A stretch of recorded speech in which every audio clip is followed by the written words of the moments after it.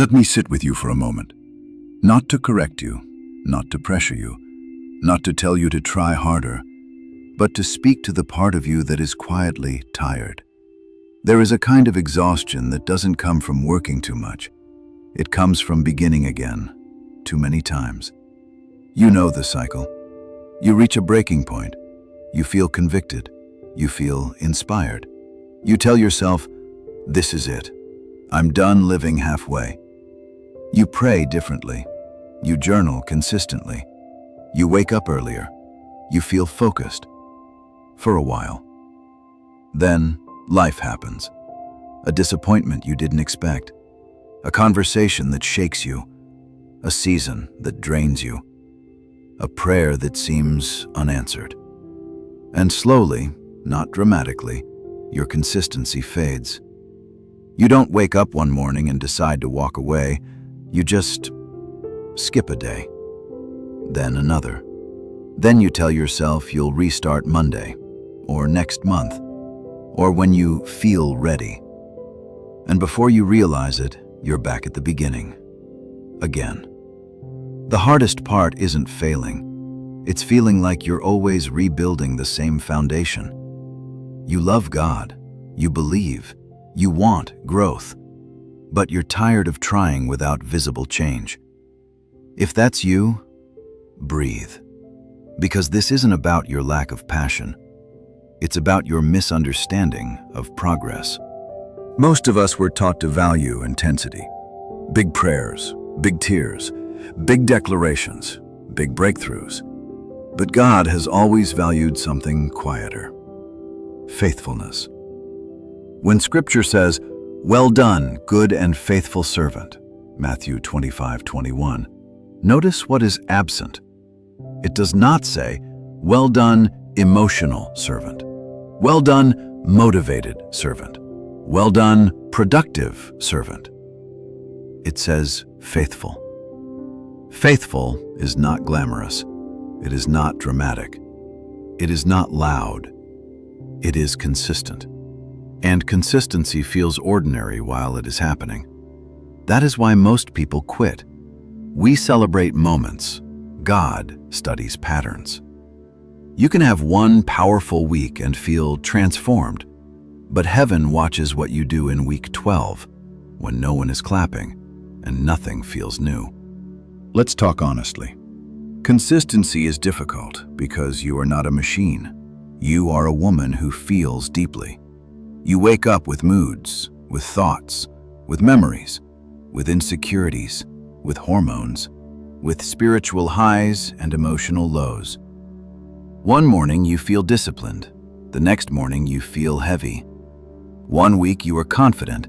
The next week you are questioning your purpose. And the enemy rarely attacks your belief system directly. He attacks your rhythm. He doesn't say, "Stop believing in God." He says, "You're exhausted. Skip today." He doesn't say, "Abandon your calling." He says, "You deserve a break from the effort." It sounds compassionate. It sounds reasonable. But inconsistency compounds. Galatians 6:9 says, "Let us not grow weary in doing good, for at the proper time we will reap a harvest if we do not give up." There is a harvest, but it belongs to those who stay. Not the most gifted, not the most visible, not the most emotional. The ones who refuse to stop. We often think growth is something we feel, but growth is something we become.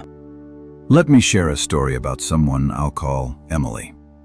Emily was intelligent, sensitive, deeply spiritual. She could pray beautifully. She could worship with intensity. She could articulate her faith in ways that moved people. But her private life was unstable. For 3 weeks, she would wake up at 6 a.m., read scripture, drink her coffee slowly, journal her reflections, and feel aligned. Then something would disrupt her peace. A conflict at work, a financial stress, a disappointment in a relationship. And suddenly, she felt too heavy to continue. She told herself she needed space, that she would come back stronger. Weeks would pass. She would feel distant, disconnected, guilty. Then conviction would return, and she would restart. Every restart came with emotion. Every ending came with quiet frustration. One night, sitting on her bedroom floor, Emily stared at her closed Bible. Not in rebellion, in sadness. She whispered, "Why do I keep circling the same mountain?" There was no thunder, no dramatic encounter, just a realization that settled gently. You don't lack love. You lack endurance. That truth hurt, not because it was harsh, but because it was accurate. She realized she had been addicted to momentum, not committed to discipline. So she changed something, not everything. She stopped trying to be impressive. She stopped making dramatic promises.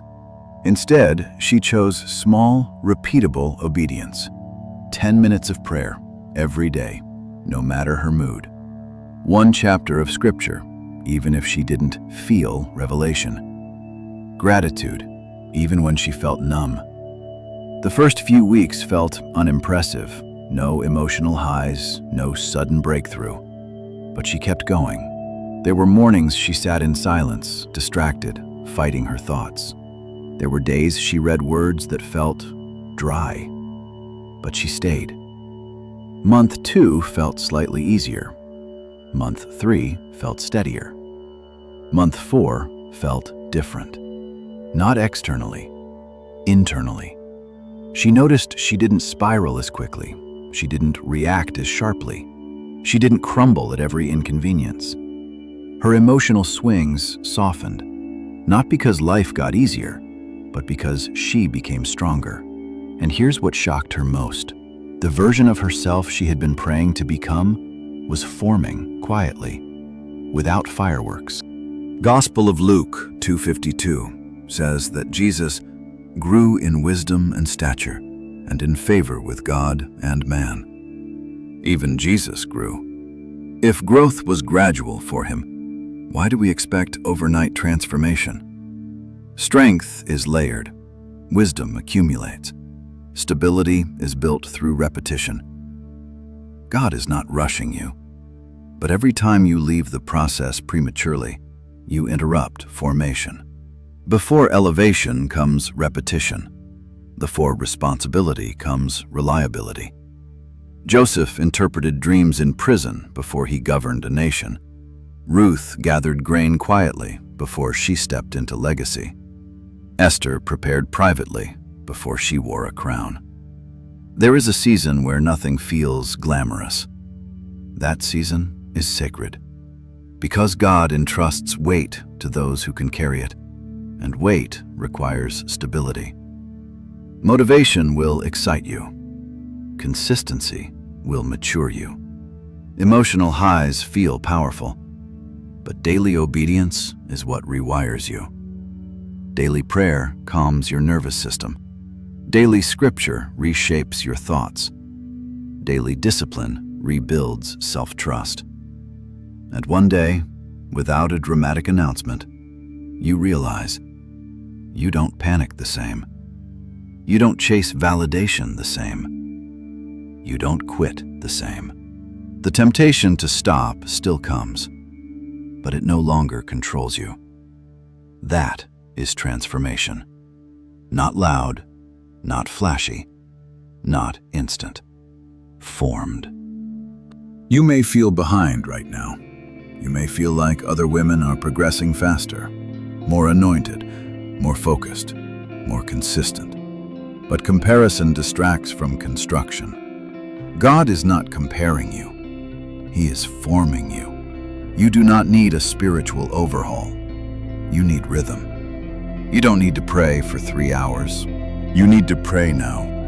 You don't need to read 10 chapters. You need to read 1 again.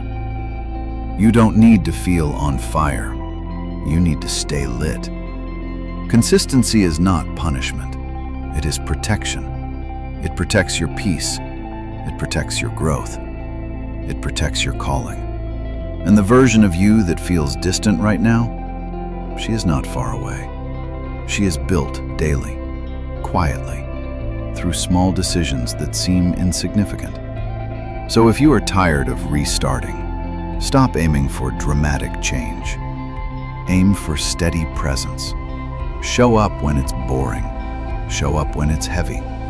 Show up when it feels like nothing is happening, because something is happening. Roots are growing, and roots matter more than applause. You are not late. You are not disqualified. You are not incapable. You are being shaped, and God honors women who remain. Stay, not because it feels exciting, but because staying is how you become.